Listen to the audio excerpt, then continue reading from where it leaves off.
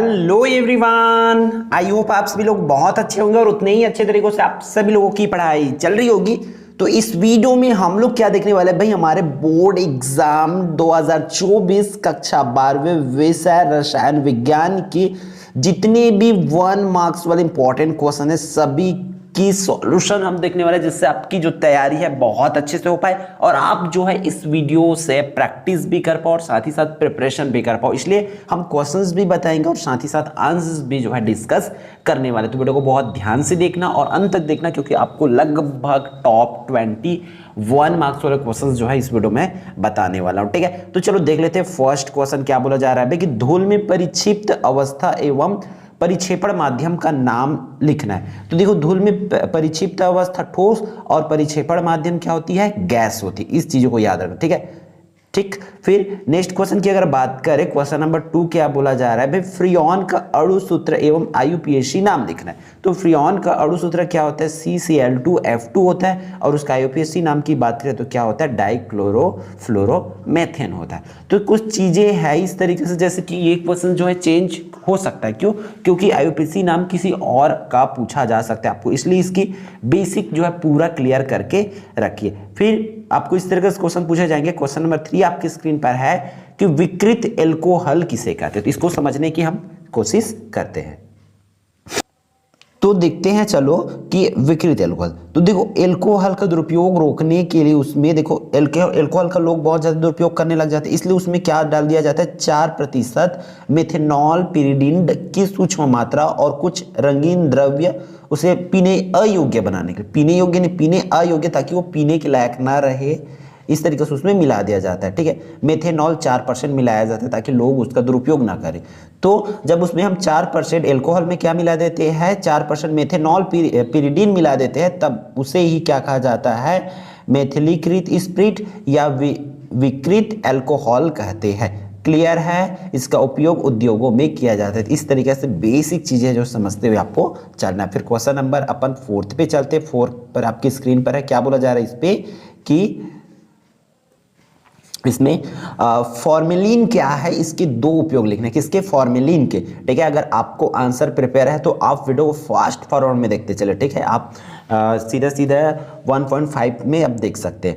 फिर देखो यहाँ पर फॉर्मेल्डिहाइड का जो 40% जली विलयन है, ठीक है, फॉर्मेलिन कहलाता है। मतलब अगर हम कोई एक ऐसा जली विलयन बनाएं जिसमें जल जो किसका, फॉर्मेल्डिहाइड की 40% हो और जल की 60% मात्रा हो, तो दोनों की जो विलयन बनेगा उसको ही क्या कहते हैं हम लोग, फॉर्मेलिन कहते हैं। याद रखना। इसका उपयोग कैसे करते हैं भाई, तो इसका उपयोग जो है कीटनाशक के रूप में तथा प्रयोगशाला में जीवों तथा पौधों को सुरक्षित रखने में किया जाता है। ठीक है, फिर हम नेक्स्ट क्वेश्चन पर चलते हैं। क्वेश्चन नंबर 5 आपकी स्क्रीन पर क्या बोला जा रहा है कि जैव अणु किसे कहते हैं, इसके 2 उदाहरण आपको लिखना है। तो विभिन्न जैविक क्रियाओं में भाग लेने वाले तथा उच्च अणु भार वाले जटिल कार्बनिक यौगिकों को जिसमें एक साथ कई क्रियात्मक समूह उपस्थित होते हैं उसे जैव अणु कहते हैं। देखो, बताने के लिए कईयों तरीका बताए इन्होंने। क्या बोले कि जैविक प्रक्रिया में भाग लेने वाले, पहला कंडीशन बोले कि जो जैविक प्रक्रिया में भाग लेता है। फिर बोल रहा है कि उच्च अणु भार वाले, अगला तारीफ उनका क्या किए, उच्च अणु भार वाले। फिर उसी को क्या बताया, जटिल कार्बनिक यौगिक जो कई क्रियात्मक समूह में उपस्थित होते। तो जितना भी वर्ड्स बताया गया सबको ये बारी बारी से सभी पॉइंट्स को इसका याद रखना, फिर उसके बाद बताना जो कईयों तो क्रियात्मक समूह, मतलब जिसमें कई क्रियात्मक समूह उपस्थित होते हैं उसे ही क्या कहते हैं, जैव अणु कहते हैं। क्लियर है, तो ये आपको लिख लेना है। फिर अगला क्वेश्चन है क्वेश्चन नंबर 6, अधिशोषण क्या है उसको परिभाषित करना है।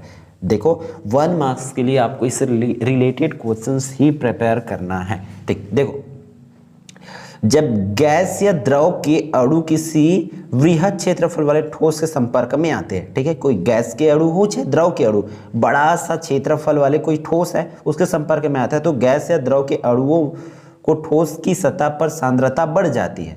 ठीक है, इस घटना को ही क्या कहते हैं, अधिशोषण कहते हैं। मतलब जो द्रव या गैस है उसकी सांद्रता बढ़ना ही क्या कहलाती है, बढ़ जाती सांद्रता, तो उस घटना को ही हम क्या कहते हैं, अधिशोषण कहते हैं। क्लियर है, तो इसको आपको याद रखना है। फिर BHC क्या है, इसका कार्य लिखना है। तो यहाँ पर देख लेते हैं BHC क्या होती है, तो बेंजीन हेक्साक्लोराइड होता है। ठीक है, BHC क्या है करके बताएंगे आप लोग, बेंजीन हेक्साक्लोराइड।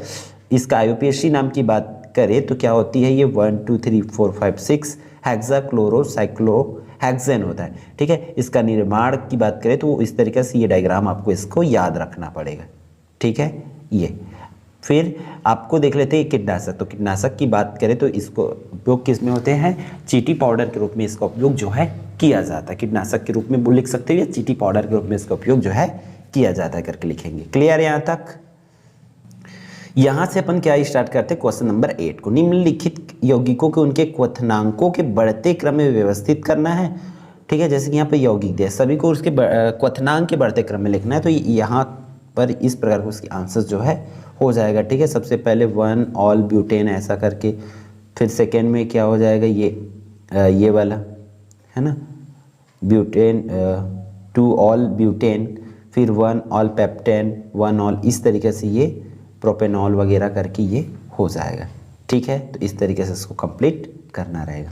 फिर 9 की बात करें तो इस पर देखो क्या बोला गया है, 4 मैथिन, ठीक है, 4 मैथिन पेंटेन 2 ऑन का संरचना सूत्र बना। तो इस तरीके से संरचना सूत्र वाले क्वेश्चंस पूछे जाएंगे, इसलिए आपकी बुक में, आपके सिलेबस में जो चीज़ें दिया हुआ है, इवन परीक्षा बोध सार जो भी आप पढ़ रहे होंगे वहाँ से जो भी क्वेश्चन है उसको प्रिपेयर जरूर कर लेंगे, रिलेटेड क्वेश्चंस को, ठीक है।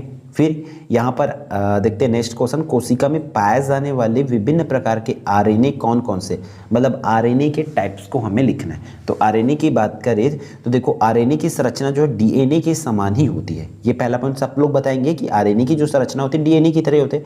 एक एकल सूत्र अणु होता है तथा इसमें राइबोस शर्करा होती है तथा डीएनए की थाइमिन के स्थान पर क्या होती है, यूरोसिल बेस होता है, ये करके आपको बता देना। फिर इसके टाइप को पूछा गया, ये बेसिक चीज़ें हुआ। उसके बाद इसमें देखो आरएनए की बात करें तो इस तरीके से एमआरएनए, टीआरएनए और आरआरएनए उसमें पाई जाती है, ठीक है। तो ये तीनों आरएनए को आप बताएंगे कि कौन कौन से आरएनए पाए जाते हैं। तो एम, टी और आर, MTR करके इस तरीके से आप उसमें याद रख सकते। फिर उसकी आप डिटेल भी इस तरीके से अंदर की चीज़ें वहाँ का बता सकते हो, ठीक है। फिर हम नेक्स्ट क्वेश्चन पर चलते हैं। अवशोषण और अधिशोषण देखे थे ना, तो यहाँ पर देख लेते हैं अवशोषण क्या होती है, ठीक है। यह पदार्थ के भीतर एक होने वाली घटना है, ठीक है। कोई सा भी पदार्थ है तो उसके अंदर में होने वाली एक घटना है जिसमें द्रव या गैस ठोस पदार्थ की सतह में अंदर तक समान रूप से क्या रहते, वितरित रहते। अवशोषण दर प्रारंभ से अंत तक समान रहती है। इसमें सामान्य अवस्था में क्या साम्य अवस्था प्राप्त होने पर अधिक समय लगता है। निर्जल इसका क्या है, अवशोषण होता है, ठीक है। कैल्शियम क्लोराइड द्वारा जल का अवशोषण होता है। तो इस तरीके से चीज़ों को लिखना पड़ेगा आपको, ठीक है। हर किसी चीज़ का परिभाषा के टर्म में नहीं हो सकता, इसलिए आपको इस तरीके से समझते हुए इन चीज़ों को आपको करना पड़ेगा, ठीक।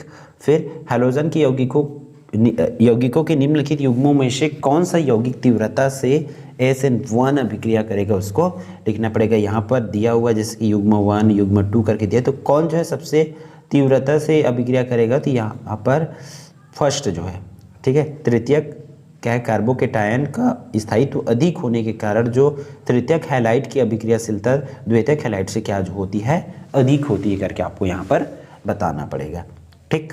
फिर नेक्स्ट क्वेश्चन यहाँ पर क्या करने के लिए बोला जा रहा है, भाई आपको निम्नलिखित को कारण बताते हुए दिए गए क्रम में व्यवस्थित किसे, मतलब किसमें जल में विलयता के बढ़ते क्रम में इसको जो है अरेंज करना है, आपको जमाना है। तो विलयता के क्रम में अगर आपको जमाना है इसको, तो आप इस तरीके से इसकी आंसर जो है लिख सकते हैं, ठीक है। यहाँ पर ये आप समझा सकते हो कि कार्बन श्रृंखला अथवा कार्बन हाइड्रोकार्बन का भाग का आकार बढ़ने के कारण विलयता जो है बढ़ती, मतलब जैसे जैसे हाइड्रोकार्बन भाग का आकार बढ़ेगा वैसे उसकी विलयता जो है कम होती जाती है। तो उसके हिसाब से आप यहाँ पर लिख सकते हो, ठीक। फिर आगे बढ़ते हैं, हमारा क्वेश्चन नंबर 14। यौगिक की संरचना सूत्र पूछा ही जाएगा, इसलिए जितने भी आपके पास है क्वेश्चंस में, ठीक है, सभी को अच्छे से प्रिपेयर करके रखो क्योंकि ये सब चीज़ें चेंज किया जा सकता है आपको, ठीक है। फिर न्यूक्लियोटाइड किसे कहते हैं, इसका क्या कार्य है वो आपको लिखना पड़ेगा। तो इसकी आंसर हम चलो डिस्कस कर लेते हैं भाई कि किस तरीके से होगा। जब न्यूक्लियोटाइड से फॉस्फेट समूह जुड़ जाता है, ठीक है, किससे फॉस्फेट समूह जुड़ जाता है, किससे, न्यूक्लियोटाइड से, तब क्या होता है, तो प्राप्त यौगिक को न्यूक्लियोटाइड कहते हैं। इस तरीके से याद रखना, ठीक है। न्यूक्लियोटाइड न्यूक्लिक अम्ल की संरचनात्मक इकाई है, इसके बहुलीकरण से न्यूक्लिक अम्ल जो है बनते हैं करके आपको इसमें बताना रहेगा, ठीक। फिर क्वेश्चन नंबर 16 की बात करें, विशेषण क्या है, इसको परिभाषित करना है। तो किसी अधिशोष्य पदार्थ को उस पृष्ठ से हटाना जिस पर अधिशोषित है, मतलब कोई पदार्थ अधिशोषित हो चुका है, अधिशोष्य हो चुका है कहा जाए, तो उसको किसी अन्य पृष्ठ पर अधिशोषित हुआ रहेगा, तो उसको वहाँ से अलग करने की जो प्रक्रिया है उसको ही हम लोग क्या कहते हैं, विशोषण कहते हैं। यह अधिशोषण की विपरीत की प्रक्रिया है, ठीक है। तो ये सिंपल से याद रखना आपको, अधिशोषण में क्या होती है, वो जाके किसी सतह पर अधिशोषित होती है वहाँ पर, है ना। तो वहाँ से जो हटाने की प्रक्रिया होती है, उसको अलग करने की प्रक्रिया होती है, उसको विशेषण कहेंगे। मीन्स ये अधिशोषण के जस्ट विपरीत होती है करके लिखना है। फिर क्वेश्चन नंबर 17 की बात करें तो इसमें क्या बोला जा रहा है कि क्लोरोफॉर्म के ऑक्सीकरण से बनने वाले उत्पाद का नाम एवं सूत्र रखना है। तो देखो यहाँ पर क्या होगा, क्लोरोफॉर्म के प्रकाश की उपस्थिति में ऑक्सीकरण से जहरीली गैस फॉर्जिन बनती है, ठीक है। मतलब क्लोरोफॉर्म के प्रकाश की उपस्थिति में ऑक्सीकरण से जहरीली गैस फॉर्जिन बनती है, ये आपको बता देना है, ठीक है। उत्पाद का नाम पूछा गया, उससे सूत्र पूछा गया, तो सूत्र आप इस तरीके से लिख सकते हो कि 2COCl2 ये हो जाएगा, ठीक है। ये उसके फॉर्जिन का क्या है, सूत्र है। नेक्स्ट क्वेश्चन देखते हैं हम लोग, कौन सा भाई, कि फ्रीडल क्राफ्ट अभिक्रिया क्या है, समीकरण देना है। तो देखो बेंजीन को क्या करते हैं, निर्जल AlCl3 से, ठीक है, इससे एल्युमिनियम ट्राइक्लोराइड से क्या की उपस्थिति में हम एसिटिक क्लोराइड या बेंजोइल क्लोराइड से क्या कराते, अभिक्रिया कराते, तब वहाँ पर क्या बनती है, क्रमशः एसीटोफिनॉन व बेंजीनोफिनॉन बनता है। इसको याद रखना पड़ेगा आपको, ठीक है। तो इसकी समीकरण भी आपको बहुत अच्छे से देख लेना है, इस तरीके से दोनों समीकरण आपको शो करना होगा, ठीक।